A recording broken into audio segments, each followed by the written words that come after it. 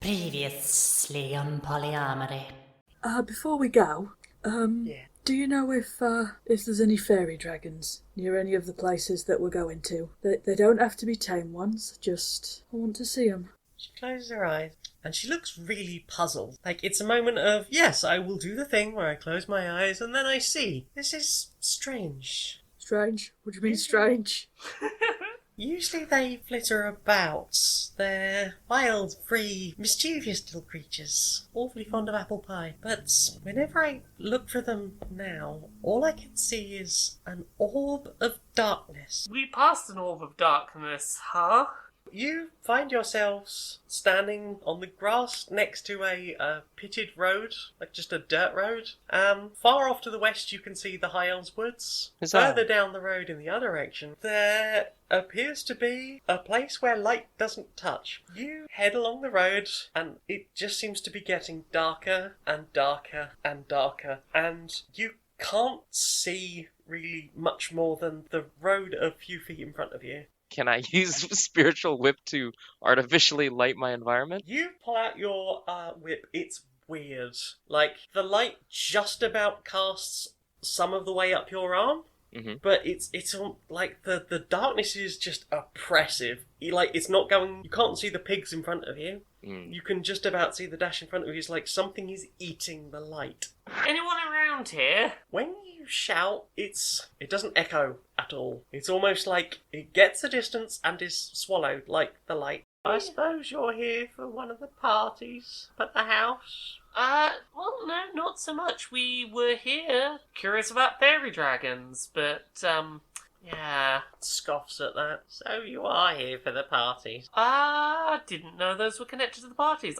We're being totally honest. Our friend likes fairy dragons. Liking fairy dragons and going up to Croak Manor, not quite the same thing. She imprisoned all the fairy dragons for our party, and they've been overused. Their powers have sucked all the light out of the whole surrounding area. The colour's gone. You can see a little cottage. It's got some wind chimes hanging on it. And as you get closer, you notice there's like a good deal of cobwebs. Hello? Is anyone still here?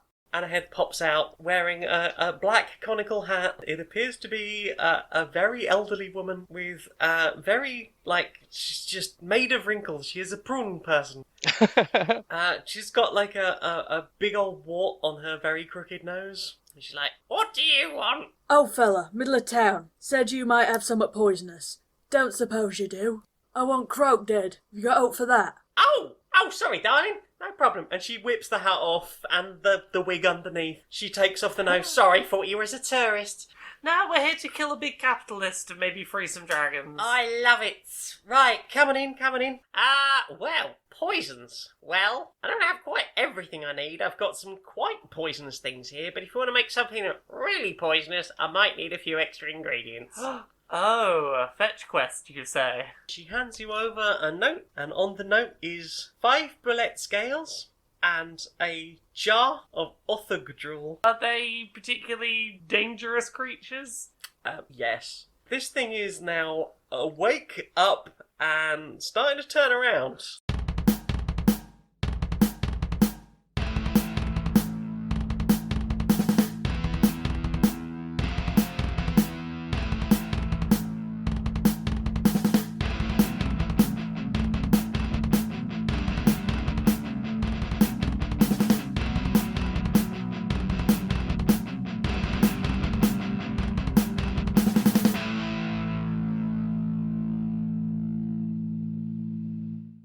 Hello, good evening, and welcome to Stone Monkey Radio and Curiosity Epidemic's PolyArmoury.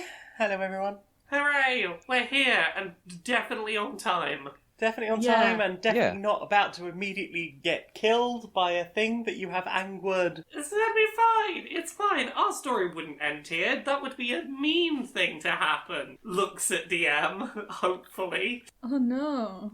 But we can't lose because then we'll be sad. It would be quite a thing if it's like, oh, well, we did have this option to go and find out what was going on with the plot, but we did go find fairy dragons and that killed us. A worthy death, if ever there was one. So, when last we met, you were trying to rip the scales off a angry rhino creature, a bullet. Yeah, kind of an angry rhino thing, but it's the pelican of rhinos. It is. It's It's the looks pelican like it could of store a lot. rhinos. It looks like it could store a lot if you've got a picture of a bullet. Yeah, Bullette. So we've angered this thing, and we angered need it. a scale off of it. You were rolling initiative, I believe. Were we not de-escalating the situation? I mean, maybe you can try that once you've rolled for initiative, but right now it's gonna have a go at you. Because you tried to rip part of its body off. I mean, what's a little body ripping between friends? Are we friends? 10. We could be. Oh, initiative. I mean, it's like 4d12 plus 4, apparently. Piercing damage. Oh, fucking hell. Ooh, 15 on initiative? Oh. Wait, it does how much fucking damage? Oh. 4d12 plus 4. What? 14. So, Laura, you were the one... Oh, I'm the lucky winner, am I? Brilmara, you were ripping bits off this when it turned round. So you would have been in direct contact when you felt it start turning. Yeah. And therefore you are first in combat. Okay, so... How fast do you want to run away? Very, very, very, very, very fast. The fastest. How fast can I run away? Can I don't know. What's your movement speed? I don't think I've ever looked at a movement speed. 25? Oh. Is that a good movement speed? This has a speed of 40. Okay, so I'm not outrunning.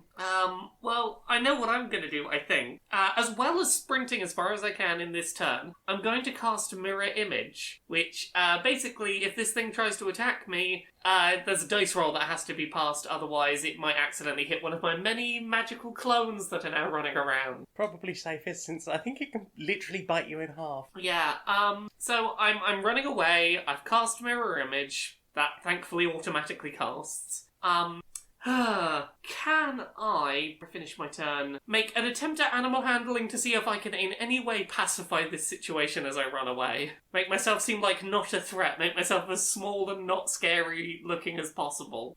Okay, roll for it, and then let's see how you're going to roleplay this disaster. Okay. 13 on animal handling. Okay. So what are you going to do? Roleplay wise, like, the second this thing sees me, I'm running, I've scattered myself into multiple versions. All of them are making 0 eye contact, because with a lot of animals, eye contact is a sign of, like, I'm here to fight. Shrink myself down as small as possible. I'm not here to fight, I'm just a little thing scurrying away, don't worry about me, it's all good. I'm just trying to be like, oh no, this was an accident, I'm just gonna scurry over there, goodbye. And hope that this creature can see that I'm not a huge threat right now. It's gonna snarl at you all, and snortle, and then it's gonna sort of rustle down into its little mud pit by the tree stump. Leave you alone. Well, if we need it, we do now have some distraction-based clones of me stood around. Just like checking their nails or something. Yeah, so there we go. I'm not dead. Who else has plans? If it's not engaging combat, we don't have to fight it, right? You don't have to fight it now. It has disengaged. Luckily, you managed to calm things down. Yeah, so the point of attacking this was to maybe get ingredients to make some poison to... Yes. I suppose... There are other parts of this bog, though. Yeah. This is the kind of creature we need the scale off, isn't it? Yes, the bullet. You need a bullet scale and otyugh drool. O-H-Y-U-G-H. Otyugh? Otyugh? Otyugh? Hugh? Otyughy. Hugh? I'd say otyugh. Otyugh. Well, it's not got a T in it. It's just O-H-Y-U-G. So it's otyugh or otyugh? Otyugh. Otyugh. Otyugh. There's going to be someone in the comments that's like, don't you know it's pronounced on some, like, weird alphabet. It's actually, like, Ogasai. Or it's pronounced with some letters that we can't see in there. There's, like, a silent W in the middle. It's probably Norse or something. Otyugh. Do we want to continue searching this bog and see if we can maybe find a scale that's not currently attached to this bullet? We can do that. Can you talk to the bullet? Me? Let's have a look. What can I do? I can communicate telepathically with any creature I can see within 30 feet. Don't need to share a language. It must be able to understand at least one language. No. It has no languages. It has no languages. Okay, I cannot telepathically communicate with. Good thought, though. Yeah, I was thinking, could you, like, think of, like, what are those birds that they're always in alligators' mouths? I know what you mean. Yeah. They Just kinky. think about one of those really hard and then, The like, dentist bird. are you itchy? Have you got any scales you need pulling out there, friend? Great idea. Unless we had someone with speak with animals, I don't think I can pull it. I have speak with animals. That's what I said. Oh shit! I literally said you have speak with animals. I'm sorry. I'm a very very little brain. I use dear. speak with animals. Sure. Does it have to understand the language for that? I don't know. Does it? I don't know. You gain the ability to comprehend and verbally communicate with beasts for the duration.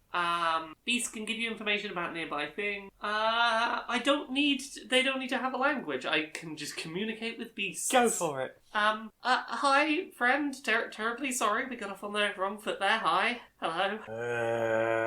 Beeping. I know. We're very sorry. Do you know the nice fairy dragons that were around here before? They're noisy. Yeah. Well, I'm real tempted to roll some persuasion here and be like, hey, giving us a scale would help that to be less of a thing. Just be a deceptive shit. I mean, everything's, like, horrible around here. Like, all the colour's gone out of everything. Maybe it doesn't like that. Yeah. How do you feel about the lack of colour going on? Can a bullet see color? I mean, everything's, like, gone because it's grim around here now, hasn't it? Boring. Well, we want to get the colour back to everything. And we want to get out of your hair. We want to stop bothering you. Is there any chance you'd let us take one of your scales with us? Do you have any loose scales that went out or anything? No scale. Fine. Would we do anything for you that would change your mind? No. Worse than witch. Bog witch. Always. Yeah, she was the one who pointed us here. Very sorry. We assumed this was maybe a thing that was okay to do. Pointed us this way. Go away. Sleeping. It snuggles down further into its mud pile and sort of sticks its front legs sort of around its head. Brilmara's gonna say sorry and back away. Yeah, this thing really doesn't like being bothered, and it seems like the witch unblocks this thing rather regularly without it enjoying it. Like, really, just I've wants had a good... very bad idea. What was your very bad idea? I have some purple worm. Fucking hell. You want to... This is a creature I don't want to be high. It's very powerful and dangerous. But I never said it was a good idea. Can you like fill out your explanation? What are you thinking here? Like offering it with an explanation of what it does? Like what's your plan? I mean, it's boring and that's why it wants to sleep. A trade, then we're not taking something, we're swapping. Oh, I mean, I can offer. I don't know how high a thing this big would get on one purple worm. Before we go, do you fancy some drugs that might make things a little less boring? It's gonna pull one of the legs down from the side of its head, glare at you, and just start sort of tapping its little claws in the bog water. As if it's getting ready to, I guess roll insight. I don't understand what this Roll means. insight. Pardon? Roll insight then. 10? It looks cross. Okay, back away. No, it doesn't want drugs. Back away, back away. I'm just saying it could have been fun. Indeed, it could have been. Should we go get dribbled on by an aberration instead? We can do that and on the way see if we can find a scale somewhere else, but I feel like if we can't find the scale, we can't do poison. And I'm cautious about picking a fight with this thing again. At all. We haven't even fought it. Yeah, we angered it and went, oh fuck, and ran away. So, you're heading through the bog in a non-squelchy fashion thanks to Dusty's special Roomba powers. Can I have a perception check from everyone as you're going? 11. Botch. 17. Well, so as you're passing through sort of the central part of the bog, you see a few bundles of sticks sort of piled against a tree, and there's like a stump or something just outside that collection of sticks. Investigate? Roll it. Oh, huzzah. 12. 3. 15. Okay, so you head over and start investigating. There's some sort of structure to this collection of stuff. Like it's some sort of lean-to? Like something lives in it, or...? Maybe like something lives in it. Having had a bit of a poke around, who would be the most likely to just sort of sit down on the stump? I mean, Dusty got that botch, so probably Dusty. So everyone's having a bit of a stump around. Dusty sort of scans around, doesn't see anything, and sort of like heavily sits down on the stump, which immediately screeches at you. Oh, So- fuck. Get off me! Fuck, oh, Get sorry. off me! Get off I'm me, off, you I'm lump! off. Sorry.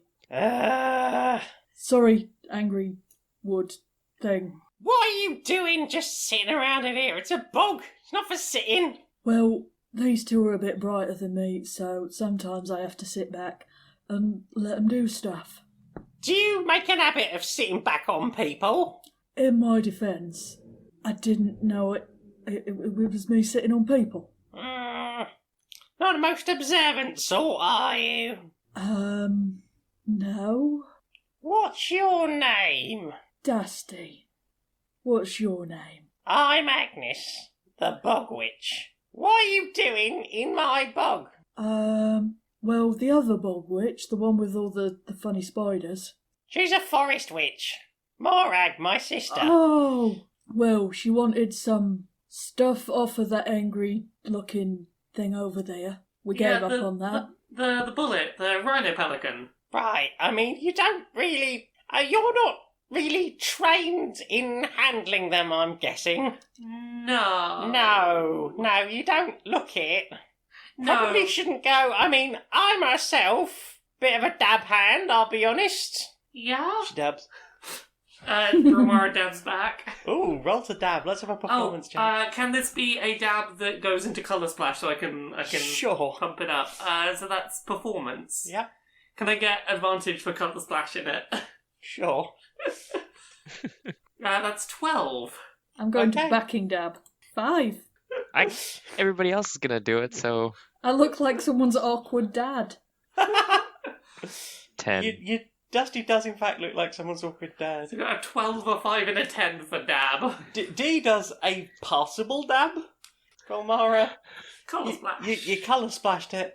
It's weird because the colour splash sort of flies out of your fingers, and before it hits anything, all the colour is drained. Just dissipates. That would happen here, huh? That would happen here. But for a moment, she's like, yeah. So yeah, any chance you'd be willing to help us get a bullet scale by any chance? We're really not made up for it. We tried to ask nicely and that went very badly. Ooh, I want to try smam something. Can I be persuasive, smarmy and stuff? Suck it and see. I'm going... Smarm. Roleplay it. Now, Brilmara, you're starting in the middle there. Because, you see, I remember the sister saying that these two didn't get on cracking. So, upon not asking Stampy to help us with the other one's plan, and see if she's got a better plan that doesn't involve peeling an angry toilet. Yep, sure, okay, yep, I'll leave it to you. Do you have a better plan than peeling the angry toilet? Because, we kind of want to go and murder Croak, so we're going to poison him. You're going to poison Pepsco Croak. Yes. I mean, I'm not adverse to the idea, but getting things off a bullet, very difficult. But we're going to go and poison Croak, because the alternative is Croak keeps hold of those fairy dragons, and I'm not having it. Or just in general, any method of killing Croak, we just want Croak dead. For 9 persuasion, I don't think you've got that, I'm afraid, Dusty. Meta. I mean, someone else is going to have to help do the persuading.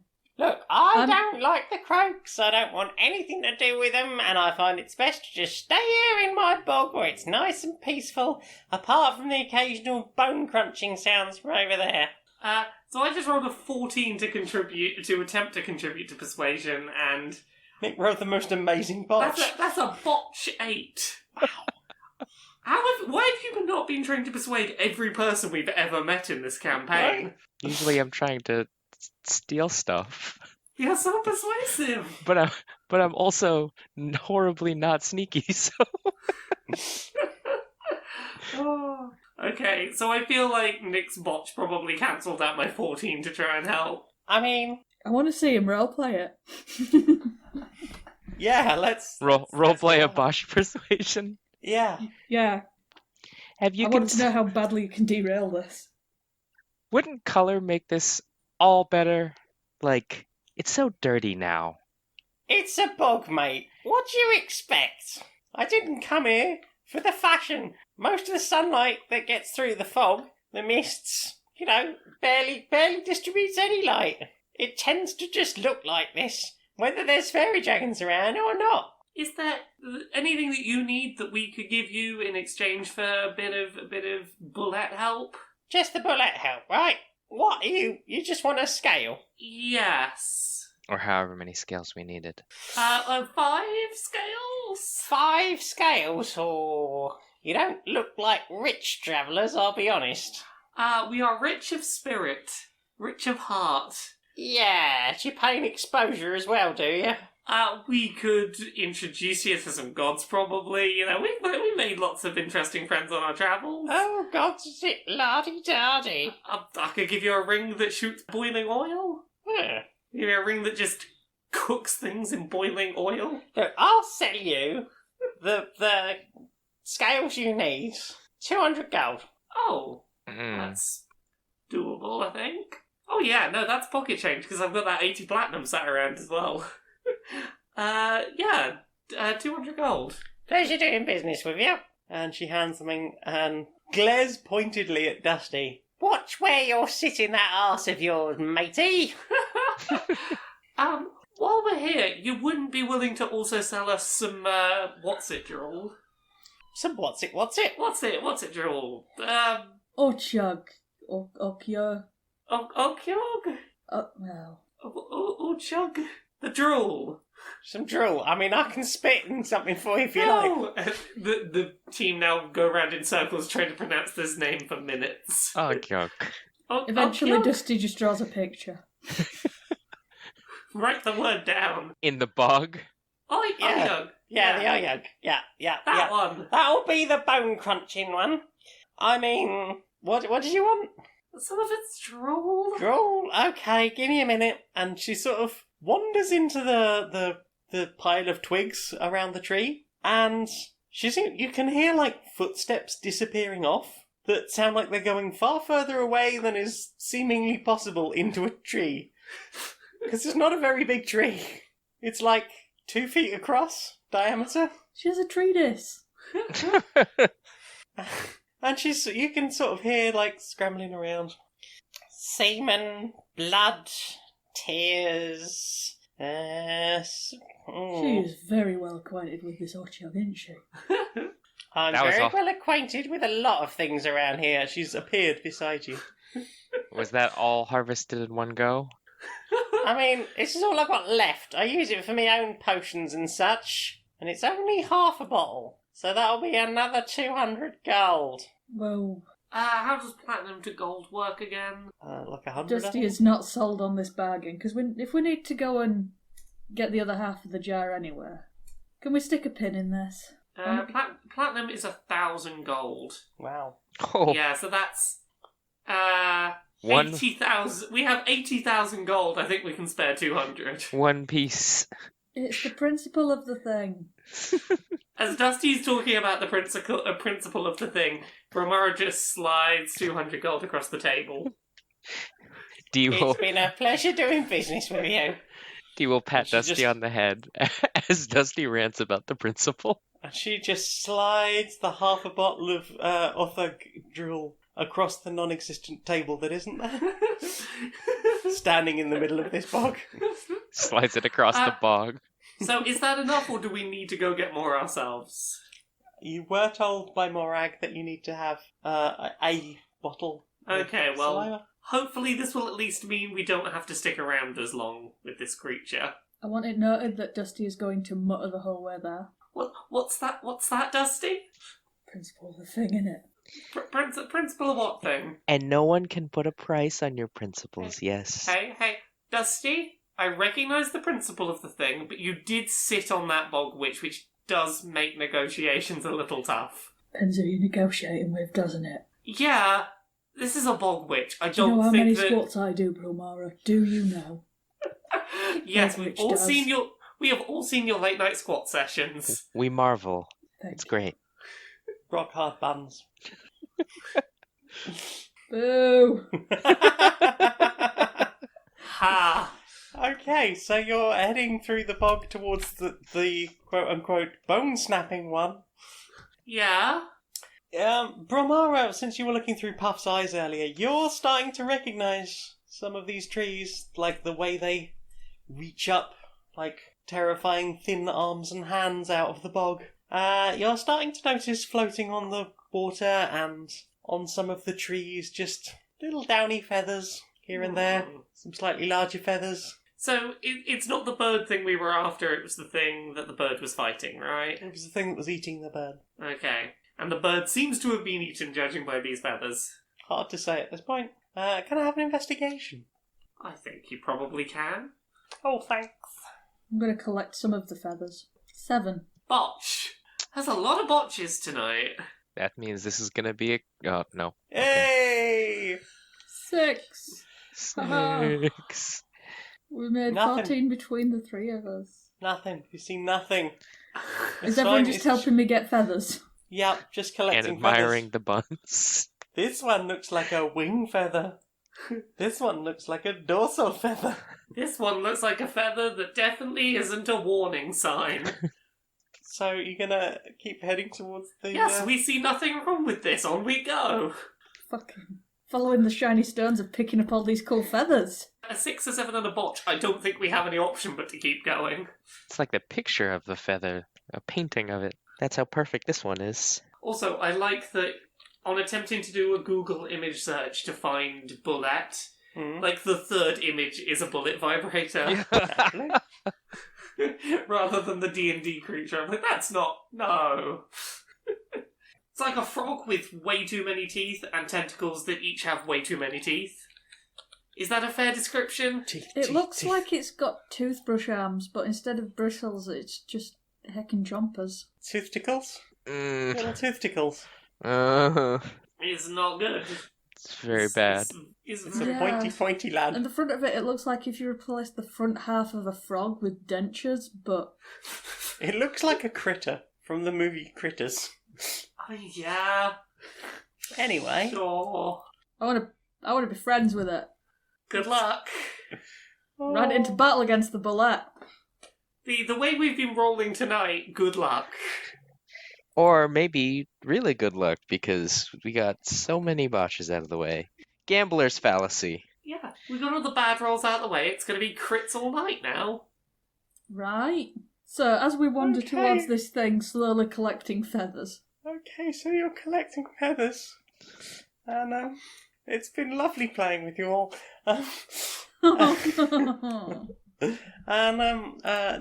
there's more feathers, and then there's like a few chunks and splats of now grey, what you assume to be blood. You can tell from the smell there's blood in the air. Well, it's already eaten. What's there to worry about? And this otyugh is there's just sort of lying on its back, front and back legs splayed, just like. There's a few feathers sort of stuck to its face and bits of blood. Does this creature have a language? Yes, it speaks otyugh. Oh. Apparently, that's the language. Is it wild that I want to telepathically reach out to this thing? I mean, short of wringing dribble off of these feathers, it's pretty much all we've got. Yeah. I'm gonna use my awakened mind and go, hey, oh buddy, oh pal, oh friend. I'm full. You're all full up, are you? So many Aarakocra.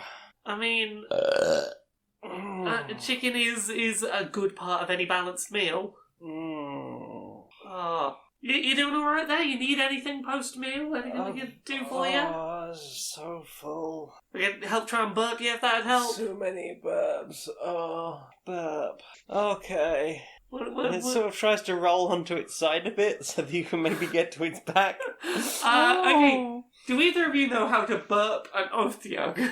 I'm going to roll animal handling and find out. 16! How much larger Okay. is this than us? It's size large. Oh, That's not overly terrifying. That's 14. manageable. This is what Dusty I is roll right well. in there with the baby pets. He's just like, 14. there you go, big fella. Get that all up. So you're just going baby pets, yeah? Like, proportional to size, but Oh, like, okay, right. Yeah. I not, was not gonna say, 'cause- slapping the thing about. Because even with a 16, baby pet's not going to do much to this armoured bastard. No, like the way you'd burp a baby, but scaled. Scale, right? Okay, so it's firm. It's firm. It's basically burping a dinosaur with tentacles and too many teeth. And cooing at it Eventually- throughout. I want it to know that it can be safe and relaxed, because relaxation is the most important part of getting the burp out. Eventually. So you're sort of hugging this thing and patting it, and Dee's kind of helping from behind. Brilmara just stood there like, oh god, what have I done? Yeah, did you roll to get involved in that? Nope. No. Okay, My part was offering to burp the bone cruncher. so you're lying there, you're patting it quite firmly, you're doing the little rubs down the back, and eventually it just lets rip this just stunning belch. It smells, there's saliva flying. Brilmara, in preparation for this burp, does have the jar ready to be like, is there saliva flying? There is saliva flying. Can I attempt to make like acrobatics or something to catch it in the jar? I'll take acrobatics if that's what you want to roll. Or dexterity? What's my dexterity like? It's probably not going to be better than... No, acrobatics and dexterity. Acrobatics it is, so you're leaping around wildly. 23! Epic. There's the good roll to catch some dribble in a jar. Yeah, I do a fucking, like, dive and, like, a tactical roll and some catch You in the John jar. Woo sideways with this thing Yeah. as it's going to one side. It's the leap you do when you've got guns in your hand and you're Yeah. sort of leaping to shoot, but also you sort of roll into the end of it. Yeah, but you roll into a bog. But you like hold it above you, so even though you're like waist deep in water, like the jug is just saliva. There's no bog water in there. It's fine. Clap. It's the clapping that helped. Yeah. Yeah, and now you notice because of the rolling, there is like a hat and a bag Oh. just sort of behind it. It looks definitely too small for the otyugh. May I inspect it? Sure. What would that be? Investigation? Sure. 9. I mean, you're literally holding it. It appears to be a post bag, and the hat appears to be a post person's hat. Okay. There are letters in the post bag. Okay. I'm going to take this bag with us. Cool. Do you want to Oh, ask no, about what's- it? I suspect the answer will be, I ate them. Yeah, I don't want to make too many inquiries about what's this accoutrements of a person you ate. Yep, grabbing the bag and trying to wade out of the mud. Dusty tucks it in. It grabs whatever you're tucking in and does a sort of little roll over into it. This is a very big Just leaf. Huge leaf. A huge leaf. He retreats. There's another little baby burp. It just sort of slips out. Brilmara is, as we sort of walk back, is attempting to sort of clean herself off as best she can and goes, it's going to take me a minute to clean myself off. Do you want to start looking through these letters, see if there's anything interesting in here? Does no one in this party have prestidigitation? I don't believe I do. I I don't think I do either. I mean, I can mould earth and just sort of dry her out a bit, I guess, but it's just muddy as a trade-off. Yeah, well, regardless, would either of you like some letters to start looking through? I'm not the smartest boy, but that will not stop me. Brilmara will attempt to hand both of them some letters. Okay. 12. Dusty can read. Dusty Today. read all over that library. In So- fact, Sometimes he forgets. 8. None of you need to roll. You're holding letters. Oh, sorry. I saw I've been everybody going, else roll, and I was "So." like, "Oh, I need to roll." So you open a letter each. Dusty, you have a letter addressed to Ariel von Pompelmoose. It is an invitation to Croak Manor to a party, a Ooh. particularly magnificent party, this very evening. Oh! D, you have a letter addressed to Lord Denhamhome of Calburnia. Uh-huh. Brilmara, you have a letter addressed to Erascus Loothammer. Loot hammer? Loothammer. Erascus loot hammer. Okay, I can get on board with that. They are all invites to. Huzzah! But you also have a postal worker's hat and a bag. Hooray! I'm going to put that in my inventory for later I disguise would. use. Got some feathers too if you want to, really try and pass for them. Because I have headwear to go with this disguise, would that make me Postman Hat? Yes. Boo! Yes, it would. No, boo. Why are you booing her? She's right. That's right. Right, so we should go get some poison and go head to a party. Huzzah. We get to do intrigue and stuff. That's what every Cheap guest and needs stuff. to bring. So you head back to the Forest Witch's house. There's all of the spider webs and spookiness that you saw previously, but now you know it's all fake. Hey, we got all the things you asked for, and we definitely did it directly. Wait right there! You are not coming in my house looking like that! Okay, do you know thaumaturgy by any chance? Thaumaturgy? Apparently no one in our party does. No one's gonna make you louder. No one's gonna make you louder or more colourful. Prestidigitation, the other one, the clean one. Yeah, give me a minute. And she does a flick of finger. Thank you. You would have thought one of us would have learned it, but apparently not. I mean, I feel like all adventuring parties really need to have that one, right? I mean, yeah, but it's worked out fine for most of our adventures so far, probably-ish. What do you do if you want a strawberry flavoured squirrel, though? Pay for Didn't one? think of that, did you? Do you often need strawberry-flavoured squirrels? Gets rid of the taste of the squirrel. So yes, we definitely encountered both creatures in the way you would have expected and got the ingredients. I don't care how you got it. That's fine. We had an adventure. Cool. Where's the iguana cat? Can't be seen at the moment. Dusty searches for it and sits down sad. Anyway, have a seat, and I'll get this lot on the go. She hurries around the kitchen, getting a big cauldron, filling it with some water, putting the cauldron starter. You know, it usually sits on a shelf, and it has to be fed every day, but this is good cauldron starter. Get that going, get that started. It already smells sort of peculiar. I guess that's just potions for you. The scales are dropped in, and as each one dropped in, it changes to a slightly different shade of silver. And then the jewel is dropped in, and it goes a sort of mysterious, metallic blue paint. And you know when you get that sort of skin on top that's slightly more shiny, so you can see as it stirs. Ooh. And it's bubbling away, bubble, toilet trouble. Fire, burn, and cauldron bubble. Yes, exactly. Dusty, you feel something rubbing your leg. I pet it instantly. Ikis sort of climbs up your arm and sort of wraps up onto your shoulder and purrs very loudly in your ear. What is it? It's Ikis, the feliguana. Ah, The adorable cat iguana with its little 3-toed leggies. I want to see if it and Michael Newt the Minute want to be friends.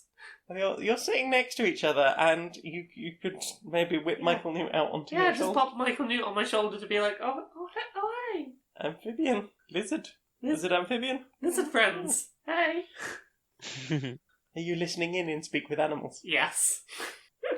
100%. Michael Newt looks up at the feliguana and blinks with one eye and blinks with the other eye and then blinks with both eyes and then nips down into his pocket Oh. because it's his pocket now. It's on your jacket, Yeah. but it's his pocket, and he heaves out a piece of carrot. Oh.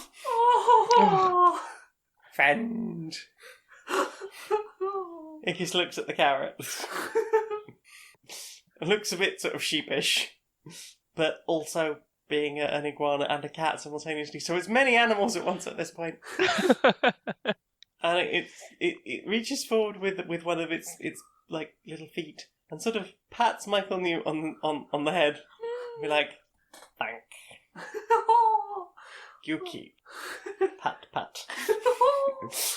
This is the most adorable thing that has ever happened. So anyway, potion, poison. The poison potion. Oh, it's starting to smell really acidic in here. It feels like it's peeling. It'd be a really good skin peel if you stayed in here too much longer. Eventually, Ikis sort of leaps down off of Dusty's shoulder and goes and hides somewhere. Oh. Probably a bit much to be A, up that high, and B, in this environment. Yeah. Michael Mute also retreats to pocket. Yeah, but there's a little button on the top of the pocket, which I'm just going to close the button to try and keep it nice and sharp. Try and protect Michael. Keep good care of your animals. Yeah.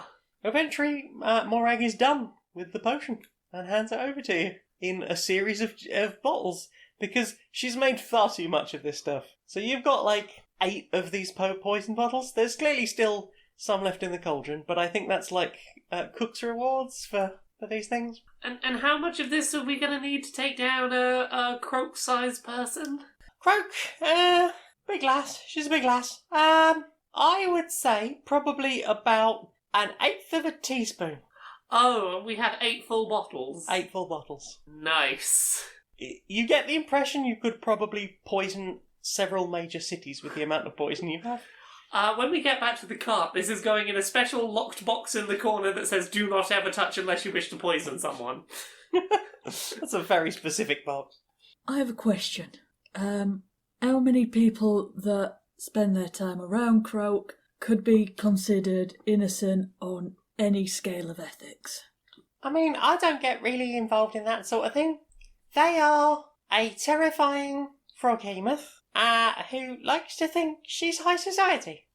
They're mostly lackeys. Although, I will say, for a froghemoth, not a lot of bullywugs, and they do seem to attract bullywugs. Not a lot of bullywugs. No, just lackeys, general lackeys. Mostly humans, I reckon. Can Dusty try and rub both of his brain cells together to work out why this might be? Sure. I got a 20 on insight. Wow. Let him roll for it. It's fine. You get the impression from everything you've heard and seen that Pepsco Croak thinks she is sort of high society. She hangs out with the high elves. She's got, as has been mentioned, like human lackeys. Maybe she, living in the overworld rather than the Underdark, thinks that she's too good for that. They're beneath her. Well, I mean, literally they're beneath her. They're in the Underdark. They are in the Underdark. Maybe beneath her attention. At this point, Morag is running around, like, opening the windows. She's decanted the last few bits into bottles for her own storage, but she's, like, opening the windows to try and air it out a bit. Yeah. I think at this point we should maybe just start heading to go for New Croak, because the party's today. Gotta get moving. Yeah. Let's get out these woods. I have a Puff question. Yes? What happens if Puff dies? Puff dematerializes and would have to be resummoned. I just have to use Find Familiar again to Yeah. Puff. So we don't care if Puff... Whether it's the same Puff or a new Puff, nobody knows. But that's the joy of having a spirit familiar. Much to consider. Well, if we don't think about the moral implications of killing him and replacing him with an identical in all but... Are we getting into the teleportation morality discussion? Yep. Okay. Well... Except whether teleportation has, like, a save feature. Yeah. And you can be reproduced at any time as long as there's only ever one. Yep. Yeah, so in that case, should we get heading towards the party direction? Do you have any plans, or are you just going to party? Have poison, we'll go to party. On the road towards there, I do have a plan that I want to start working on. So we each have rings of storing, right? Uh-huh. Yep. Mine currently has 1d6 damage of boiling hot oil in it. If I empty my ring of storing, can I store something different in it? Another spell, yes. I can't store another liquid in it. Okay. Well, that's set aside. I'll tell you what I was planning. I was going to see if I could put some poison potion in my ring of storing to... Just spray. So what you're saying is you want to convert your poison into poison spray? Do you know poison spray? I don't know. Let me check. I don't know what spells I have. My idea was way less involved. I don't have poison spray, unfortunately. Does anyone else have poison spray? No. Okay. Does this poison take effect as soon as it touches you? You did not ask. Can we turn back around and ask? We might. Just one more thing. We were like a minute down the road. Sorry, we forgot to ask how this works. How does one apply this? Also, can we be implicated in its use? You'd gone like 2 feet down the road, and then one of you just like leaps off the cart. Hang on! Runs back through the bog. Splash, splash, splash. That sounds like Dusty. That does Or in sound which like case, this less then. splash, splash, splash. But certainly squish, squish, squish. How does it work?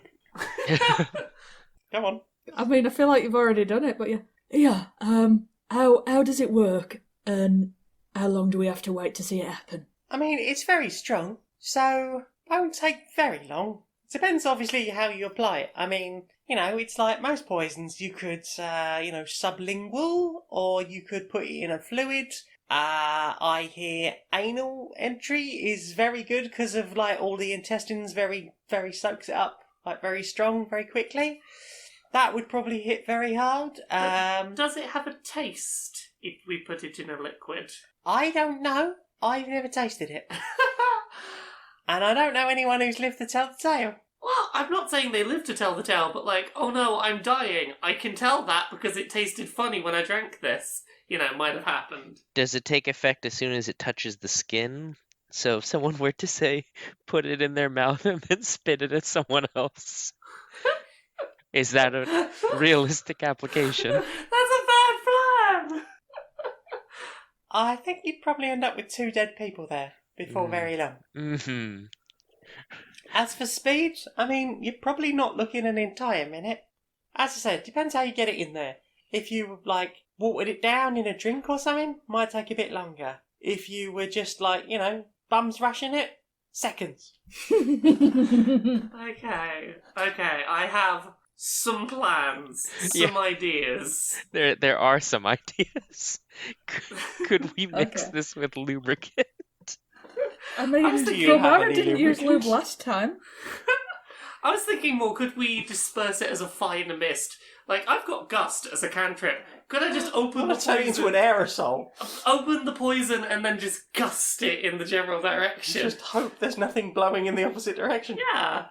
I mean, I've got Gust and Dust Devil, and that's abrasive as Dust Devil. There is, Unseen Servant, which could just sort of sneak with the poison and then do, whoop, up you go. Oh, you see, my Gross idea ways to was to give it to die. Puff and have So Puff many just hide out in the gross snack ways to bucket. die. I mean, there are many options. I think it would help us to know the layout of the party. Thank you for the information. We're off again, unless we realise Unless in a we second forget we've got to something. ask something. Right-ho. Have you got a phone? What? Scrytome. They don't work no more. There is a... Oh, I've A just... scry mirror. Yeah, I've just worked out there's a workaround for scrytomes for communicating with people. I mean, only if they worship the god of thirst. Well, you don't have to worship the God of Thirst to have a conversation in the God of Thirst's mentions. Like, in the comments under a post. Just at another user in the comments.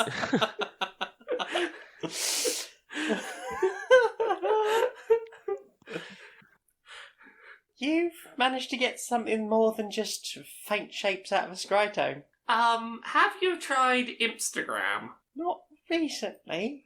Since Um, nothing else was working, I mean, I lost all my bloody Pigimon. Yeah, same. Not super happy about that. No, but, I mean, I am a witch, and obviously I do have a scry mirror, and I do know how to use it. Ah, and they still function okay, do they? I mean, that's where scrytomes kind of came from originally. It was just a refined design on that. But however it was working, it stopped working. Oh no. We would know nothing about that.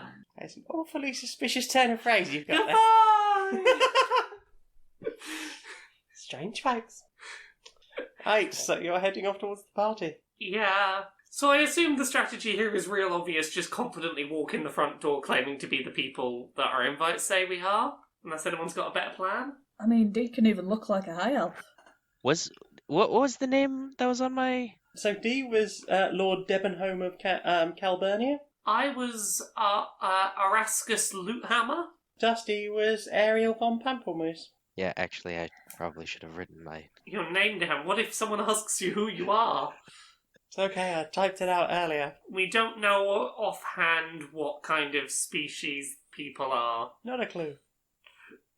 I don't believe I can disguise myself as a human, really, can I? Oh, Bit short for that. the letters were to be delivered, right? Would they have dresses, maybe. Oh. They were all to be hand-delivered. Oh. Were you thinking spy on them enough to be like, this is how to pretend to be that person? Or at the very least, maybe see if the city is known and what statistically maybe we would be.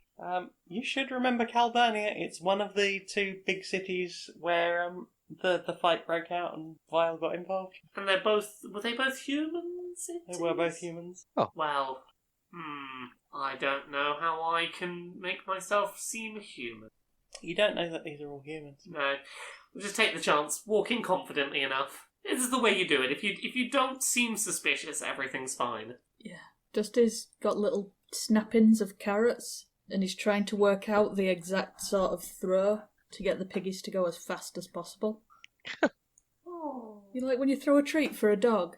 Yeah. Yeah. Brilmara is during the journey just going to be practicing her fanciest voice, because this is a high society party we're going to. So, oh yes, I am Arascus Lutehammer at your service. Wonderful to meet you all. Wonderful, lovely, splendid, splendiferous. You're in the cart, so you're wearing your normal clothes, or? Brilmara doesn't really have anything fancy to wear.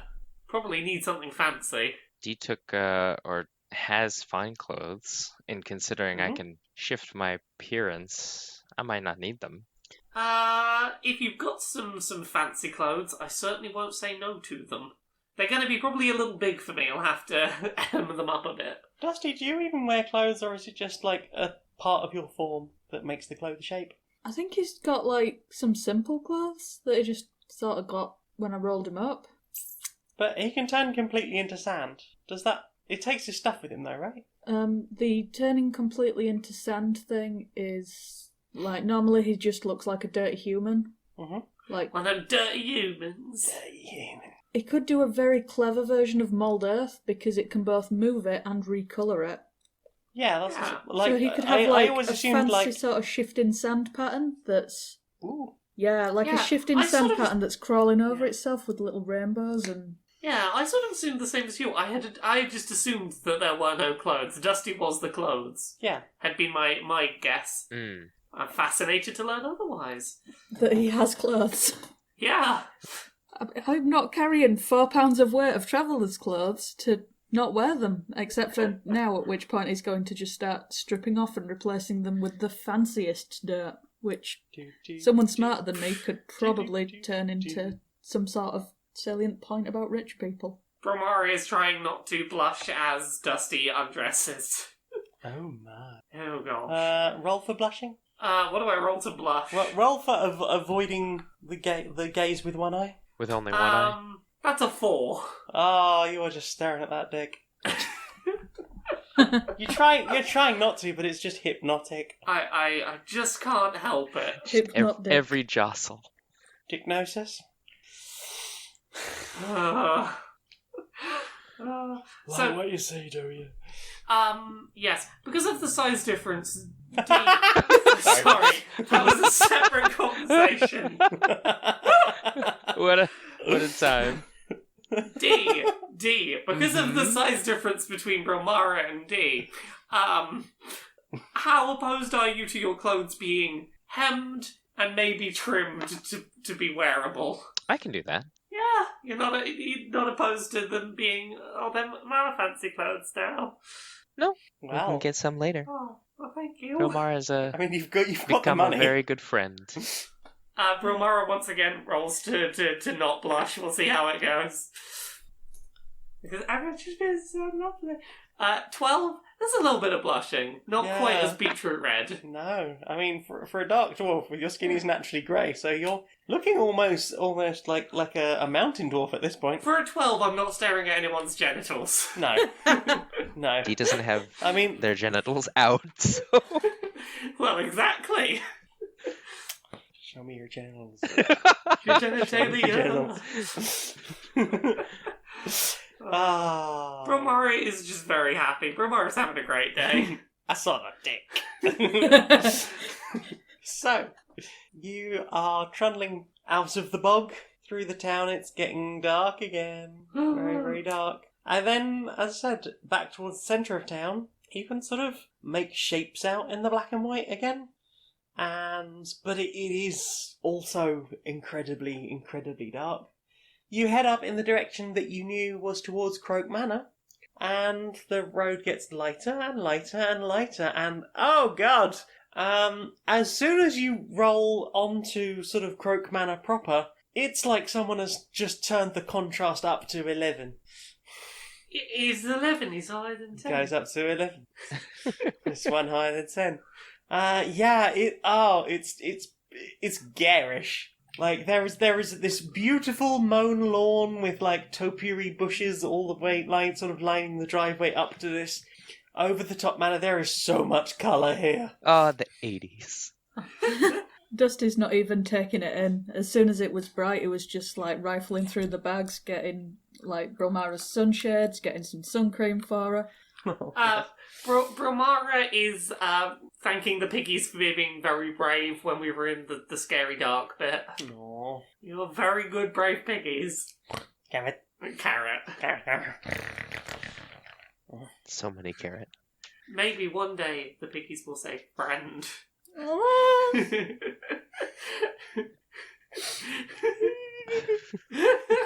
Have carrot. Carrot. Good carrot. Good piggy. You trundle on towards the house proper. There appears to be quite a few carts sort of pulled up. The sound of some music being played somewhere, sort of chamber music.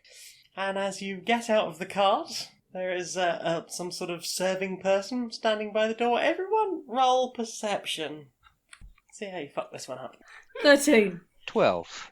I'm on the wrong bit of my sheet. 5. Your pot eyes. It's too bright. It's so bright. Yeah, the footman, I guess you would call him, is very fancily dressed. There's a big sort of like one of those jackets that at the front it sort of comes up to sort of well above where the belly button would be, but at the back it's like a very long frock coat. Oh, It's yes. got the very long tails at the back. What's it? a Top penguin. and tails? A penguin jacket. Like the old British military one. Yes. It is in fact red with gold lining on it as well. Oh. Ooh. Your invitation. Oh, here you go, here you go. Dusty presents his silently with a look of disdain on his face. Naturally, please go in. You'll be announced, and he hands your invitations to another very similar-looking person on the other side of the door, who announces you. Presenting Ariel von Pamplemousse, Lord Devonholm of Calburnia, and Erascus Luthammer. That's a smattering of applause for him. Brilmara will attempt to no-sell this and be like, yes, no, I'm here. Yes, of course I'm here. It's no big deal. You are immediately offered champagne and canapes. This is like that one time I got to go on a first-class flight. Ooh. Step in the door, it's like, here's your champagne. Announcing Laura Kate Dale of first class. Oh, you can get so fucking drunk in first class. I bet. Hadn't even sat down when they were offering me champagne. Well, you haven't sat down and you are being offered champagne and canapes. Dee will pass the canapé to Dusty. Brilmara, in order to try and seem as fancy as she's supposed to be in this moment, will go, oh, don't you have any of the good stuff out? Oofed. Of course, madam. And so there is a gesture towards someone at the side of the room. And you are brought an even fancier glass of champagne. And this flute has like gold sort of coming up the side, like little tendrils of gold coming up from the stem. Brilmara will take it and will proceed to not drink too much of it so that she can, for the longest time possible, be like, yes, I came in here confident. I have the fancy. Very fancy. So you are in this very fancy party with lots of very fancy-looking people. They're all very, very beautiful. There's high elves, some very beautiful high elves, some very beautiful humans. There's lots of very big powdered wigs. Very, very big powdered wigs. And sort of people milling about and enjoying the canapes and making small talk. There is sort of this large open hallway, where everyone is gathered. Twin staircase that goes sort of up to the upper floor. A few people sort of standing on the sort of bottom few steps, having conversations. You can see open rooms through into other places. You can hear music coming from the room to your right. So many things. I want it noted Dusty has the best outfit. No one else's outfit is moving. I mean, It- that is a very fancy outfit. It is fancy, yes. It's a fancy outfit so long as no one realises the way you've made the outfit is that you're walking around the party naked. Until people realise that, it's a very fancy outfit. Fancy. Dusty is going to saunter towards the music. Right. So, Dusty's heading off towards the music. Is anyone following Dusty? D will go with Dusty. Yeah, Brilmara will follow. Okay. Just watch over. You are heading into the music room, or the room where music is being played. Brilmara, you notice that the lute player is sort of packing up. I have loot in my name. I don't know if that's a coincidence or not, but Brilmara is very excited. They seem to be packing up in a hurry and sort of throwing glances at you. Brilmara will wander over and go, "Ah!" And they grab their stuff and run away. Insight? I'm curious what the hell just happened. 19 on insight. You are immediately patted on the shoulder by just an absolute gammon-faced fool in a very large powdered wig, very ruddy cheeks. That one of those noses that says alcoholic. Yeah, Brilmara turns around, fancy champagne glass, sort of nicely in view. Oh, you must be a rascus. Yes, and yourself? Oh, fuck, I need a name. I'm Lord Fuck, I Needenham. Lord Needenham, I like it. I actually also like it. Fine. Delighted to meet you. I'm Sir Farquaad Needham. I appear to have caused quite a stir just by arriving. Not unexpected, of course. Your father's reputation precedes you. Inventor of the lute hammer, indeed. Oh, goodness. That's not a good place to be with a lute, is it? No, I heard your father has crushed many a finger of an aspiring musician. Do join us for a drink. Tell us some of the stories of your father's past. Have I ever told you the story of the night of 1,000,000 smashed lutes? Oh, do go on, and they're all sort of just cheering and laughing along at you. Brilmara is going to start weaving a tale of a battle that had far too many lutists at it, trying to be bards, backing up the army, and the lute hammers went straight for the lutes, because that's how you take down an army. You demoralise them. You take out the bards first. Oh, I imagine there were splinters all over the battlefield. It went from a one-sided battle, one-sided battle to being a very differently one-sided battle. You take out the lutes, everything falls. Yes, of course. What did we do before the lute hammer? We just had to beat musicians ourselves. But your father, quite the genius. Really expedited the process. Yes, everyone is offered further canapes. Brilmara now feels slightly trapped in this conversation, but at the very least we'll try and get some information out of it.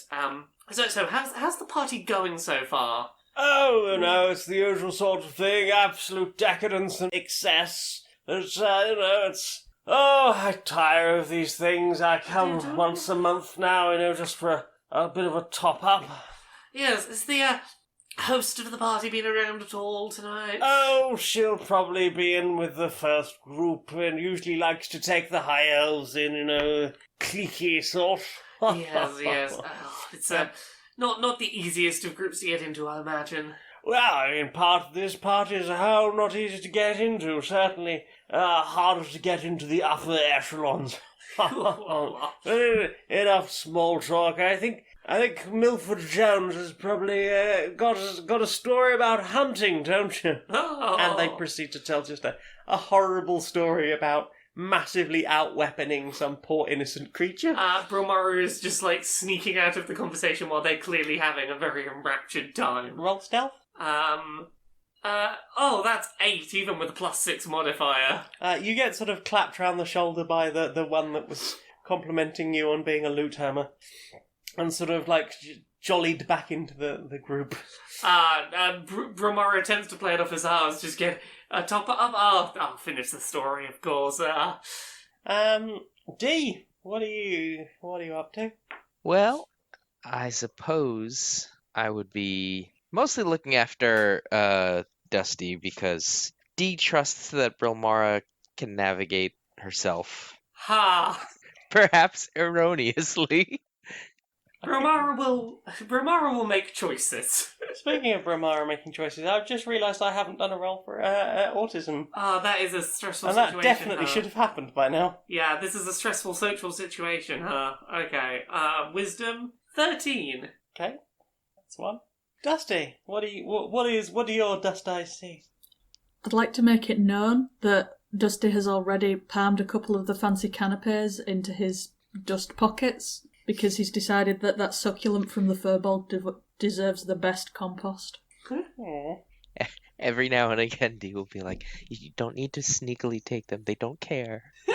You could walk out with an entire tray and I don't think they'd stop you. They might ask for the tray back. Maybe. I mean, they're Like to posh, see they're them rich. try They take it. Dusty, would it be perception or insight to work out where Croak would be in this house? You can try and insight it. I don't think it's necessarily going to get you far. Not with a 9, it's not. Definitely not. You realise that this is Croak's house, and Croak is probably somewhere here, away from the main party. Is that what... Did Dusty say that aloud, perhaps? If Dusty wanted to say that aloud. D will give insight a shot. 17? D, you notice that there are some sort of foot soldier-looking people near the large central double doors at the top of the stairs. You would insight from that that perhaps that is like a secure area. That Croak is currently closeted within. Can I get a perception from everyone? 22. 5. I probably just have to not botch this.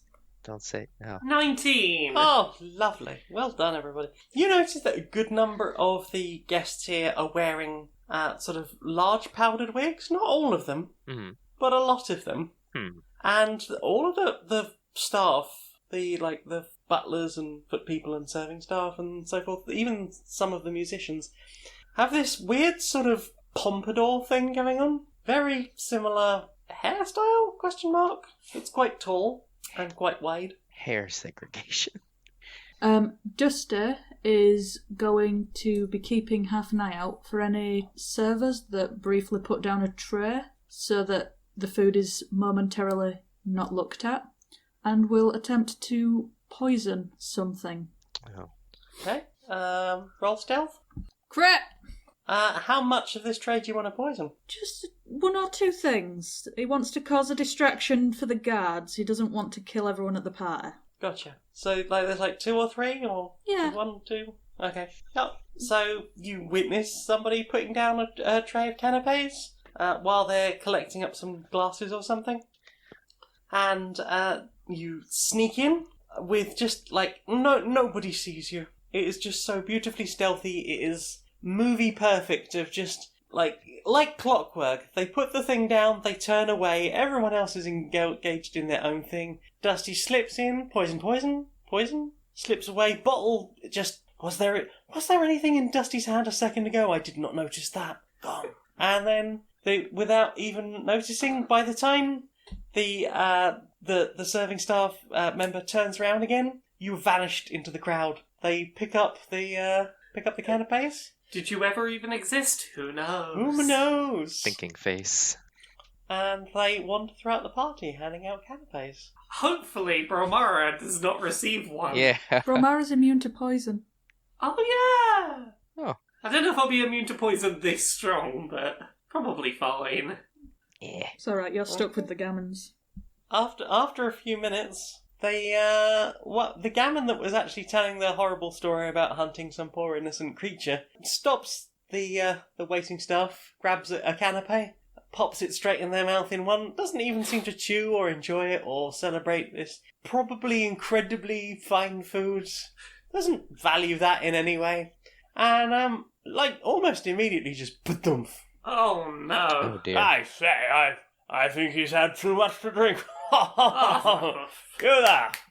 And the serving staff slides over quite obsequiously and terribly sorry. Do everything I can to deal with this immediately. And they usher over a number of other staff who very carefully clear this person away. I'm really glad I didn't say just one. And the gammons go back to their thing. Did this achieve what you needed it to, Dusty? I mean, you can get out of the conversation, but I was waiting for it to cause enough of a ruckus that either the guards came over or someone with a wig to fall down so we can see what's under the wigs. Well, I'm curious, did that person have a wig? Yes, that person had a wig. What was under it? Baldness and scabby head. Scabby? Scabby, because wearing wig constantly. Oh, okay. So the wig wasn't for the scabs, the scab was for the wig. Who knows? What came first, the scab or the wig? I'm debating whether I have anything in my magical arsenal that I could use to make my hair look like a fancy pompadour wig. Can I colour spray my hair white? Wait, is that what... I mean, D can do that. D has a disguise kit. White's more of a value than a colour. Yeah, Dee, have you got any way of bepowdered wigging my hair? It'd be more likely that I would just powder your current hair than getting another wig and then powdering it. Well, that's what I mean. If you can powder my hair, Oh, yeah. I'll just sort of style it up a bit into a rough pompadour. What is Brilmara's normal hairstyle? I don't Never thought to think about this. Neither have I. It's a pompadour now, though. It's a pompadour now. She's definitely not shaved bald because she has enough hair to make a pompadour. Gotcha. I'll confirm that much. There's the joys of aphantasia. I'd never really thought about what your character looks neither like had apart from I. tattoo. I thought about the body because there was the tattoo descriptions and the species type. I hadn't ever thought about hair. I always assumed it was just sort of left. I mean, now it's a pompadour. Right now it's a pompadour. Right now thanks it's to a pompadour. These incredible hairdressing skills. Middle of a party, whip that. Whipped your grey hair into a pompadour. There we go.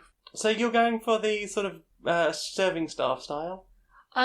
Didn't you say there were guests with the same sort of pompadour Couple, yeah. style? You're going for that style, aren't you? Yes. Oh, okay. I don't know if this will help, but I'm doing it regardless. Yeah, Dusty's just waiting for the next gammon to fall down and he's going to start muttering about why are the guards not doing anything, don't they care? Okay, there is a thunk over on one side of the room, but at that moment the large double doors at the top of the stairs are thrown open, and there stands Pepsco in a beautiful pink ball gown. She is still a froghemoth, with tentacles and all. Of course. Wearing a proportionate amount for a froghemoth of lipstick. Mm-hmm. Just clearly some stick-on eyelashes. Massive. Size of that ball gown, there is, so much chiffon there. So much chiffon. Would not believe. Yeah, she looks like an industrial-grade wedding cake. But there she is. And she comes sort of sashaying down the stairs with this glowing group of high elves. And as she gets sort of halfway down the stairs, she addresses the crowd. My lords, ladies and gentlemen, and those of you that may fall in between, the parlour will be open for the next 3 hours. Please form an orderly queue, and my staff will ensure that you each receive a fair service. Please, in the meantime, enjoy the party. And with that, serving staff are clearing away another dead party guest. Very hush-hush. It's all very sort of like, oh, no, we don't want to create a scene. Brilmara's going to attempt to join whatever queue is forming. Okay. Do froghemoths close their mouths or are they open at rest? They close their mouths so that they can do the big neck thing when they do the rivets. I didn't know if it was just like hung open like a goldfish most of the time and it could be closed or... Were you hoping to just throw some poison from across the room? No, I was hoping to have Puff fly over there and get eaten. No. You can just find familiar. Yes, but that doesn't mean it's not traumatic for Puff. Oh, come on, how metal would that be? I reckon we could convince him on how metal that sounds. How many pseudo-dragons can claim to have been eaten by a froghemoth once? I think he might find it metal right up until the point he's being swallowed and he suddenly regrets the whole thing and... And in contact with that poison. Yeah, be a whole very unpleasant affair. So, Brilmara, you said you were joining a queue. One of the surfing staff sort of takes a look at you and says, "Oh, no, please, come this way." And you're led to a slightly different queue. Oh. Way up the front. Oh, Way VIP further forward than treatment. all the other people. Oh, yes. I could get used to this VIP treatment, don't you know? You also had a fancy glass, so I suppose it's natural that you were being treated well. The party's about to be split if everyone's okay with that. I don't know what you can do to stop it, but... It's happening. I'm sorry, I fancied myself so much. Brilmara, you are within the first 6 people in this queue, and you're ushered in to a very large room. There's all these sort of like beauty salon chairs. Those slightly reclined chairs with like the little things of warm water to soak your nails in on either side. And there are lackeys everywhere with that pompadour. And you are brought forward, shown to a very fancy, very comfortable looking chair. You're invited to soak your nails, and lackeys come over and sort of start, doing your nails. And... My backache feels better just for having sat in this chair. It's fixing my posture as I sit here. Absolutely. And people are coming over and rubbing your feet and such. Someone sort of starts kind of massaging your scalp around the pompadour. Like, they're not sort of touching it, but they seem to be sort of pressing... It's not like a massage, it's like they're just sort of pressing your head a bit. Just prodding around it. And then a couple of servants come forward holding some kind of box. There is one person standing behind the box, one standing to the side, and the one to the side lifts up a sort of curtain, and you can see a small cage inside. The one behind sort of reaches under the curtain from the back and seems to make like a pulling motion, and you are sprayed with rainbow dust. I have been glitter stormed. Sort of. It flies out you like out at you like glitter, but as it hits your skin, like any sort of imperfections they just start to like vanish, heal up almost. There's no sign of any possible wrinkles or blemishes. Scars. All healing up. Like your tattoos are still there, but everything else is very much sort of healing up and lessening and soothing. Your skin is literally glowing. You are quite literally radiant in this moment. And this treatment goes on for a little while. The music in here is very soothing, and it's all very relaxing and soothing. And you come out feeling very relaxed indeed, but also a little bit euphoric. Okay. And you get to the top of the stairs again and look out over the party and see people milling around. And you notice that the person standing slightly downstairs in front of you is basically like a line management person, one of the staff, and you notice that their pompadour is sort of flicking slightly from side to side. Can I get an insight check? Ooh. Or an investigation? Let's find out which of those I feel like doing. Insight it is. 5. Seems fine. No advantages for being magically radiant, no? No inspirations? Aww. Do I have... I do have an inspiration left. Can I use that to... Oh, no, that's only going to bring it up to... No. Okay, that's fine. I know nothing. Okay, you totter carefully down the stairs. So you say it's sort of flicking side to side? Yeah, sort of flicking side to side. Okay. You only really noticed it from the back. Yeah. It's, and you head down, and I'm guessing find the others. Yes. Oh, hey, both of you. Brilmara? You look happy. Hi. I'm having a great time. The wigs are flicking. Flicking? The back of them, they're flicking. I don't know what it means, but they're flicking. Oh no. No? Flicking like a tadpole? Probably. 19 on insight. Yeah, it is exactly what you think it is. Yeah. You remember the health and safety guy? Yeah. That you encountered in Series 1, and then you all encountered again way back in episode 5, I think. Yeah. And the brain tadpole. The brain tadpole and the bugbear, a gift from their lord. Okay. So that's happening. I feel great though. So there's that. That's why they didn't want to touch my hair. Dusty's just going to give a little pat round the back of Brilmara's head.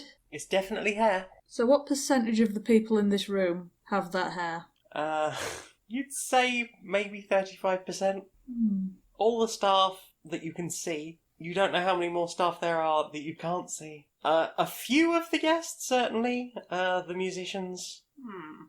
I'm gonna need the two of you to work out what we do from here, because I keep trying to think of plans, and all I can think about is rainbows. Very good rainbows. So, where did those rainbows come from? It was a lot of rainbows. I'm assuming it was a cage full of fairy dragon, probably. That's probably... I believe that is where they've got them. Easy. In my defence, there was a lot of people in that room. It was not exactly the moment to grab a cage and run. We were not going to get them all that way. So, they're upstairs? I don't know if they're all there, but there are boxes with cages with fairy dragons in at the end of the queue. And judging by the effect they've had, they are legitimate. That effect is starting to wear off, but you are still glowing. Oh. So yeah, I don't know how many fairy dragons they have and whether they're all in there or if they rotate them in shifts or something, but yeah, they're using them to let rich people get high. And make them prettier. Well, I would like to suggest that we perhaps go and take a breather outside. Shall we go and have a look at that front garden? Front garden. Cool. Sure. Sure. And Dusty is going to just casually saunter out with everyone else, and you can see just the fury of 1,000 suns in his eyes. And just before he's the last person out of the door, he's going to take a deep breath, throw up a vial of the poison into the air, and cast Dust Devil on it, shattering it and making it into a poison cloud, basically boiling abrasive grit that's going to force its way through the entire lower floor of this mansion. Let the gammon hit the floor. Let the gammon hit the floor. Let the gammon hit the floor. And yea, verily, and forsooth, the gammon hit the floor. Looking through the window, there's just like this swirling vortex that, like, it's spinning, and then it sort of dyes blue as the poison distributes throughout it, and it's just whirlwinding around. For the people, it doesn't kill immediately with poison, it's just thrashing bits of dirt into them and through them. It's nasty. It's like sandblasting the entire crowd. Brilmara looks to Dusty and goes, so how long do you reckon before we can walk back in there? Into the aerosolized poison room. It's buzzing around and, like, thrashing. It's getting most of the way up the stairs. And as it finally starts to dissipate, there's still maybe 6 or 7 people standing at the top of the stairs. The staff are looking a bit anxious of what's happened, and last gammon at the bottom of the stairs leans forward and touches one of the staff members on the shoulder and says, I'm still going to be in the next group, though. Am I to go in? And then falls flat on their face. Doesn't seem to have got that far up the stairs. And that's where we're going to end it today. Hooray! Huzzah. Thank you very much for joining us. I have been the mistress of this dungeon. I am Jane Aerith Magnet. I can be found on Twitter and YouTube as Maniac Janiac. I'm on SoundCloud as Jane Aerith Magnet, where you might be listening to this now. I'm also on stonemonkeyradio.blog, where I write things, twitch.tv/Janiac, where I stream on Tuesday and Thursday nights, janiac.redbubble.com, where you can get one of my fantastic t-shirts, and patreon.com/stonedmonkeyradio. As little as $1 a month would be super helpful. Hi, this is Nick, and you can find me on Twitter, Twitch, and stream at the Nick Flair. And if you'd like to read some media analysis and self-reflections that I'm writing, you can follow my blog at storieswithnick.blog. I'm Laura. You can find me at Laura K. Buzz everywhere on the internet. Twitter, Twitch, YouTube, Patreon. That's the one that pays the bills. laurakbuzz.com. I do a series on YouTube every Friday called Accessibility, where I talk about video game industry accessibility and representation. I've got a bunch of books. There's Uncomfortable Labels, which is out now. It's about being gay and trans. There is Things I Learned from Mario's Butt, which is coming out on February 4th. It's an illustrated, silly and serious coffee table book of video game character butt reviews.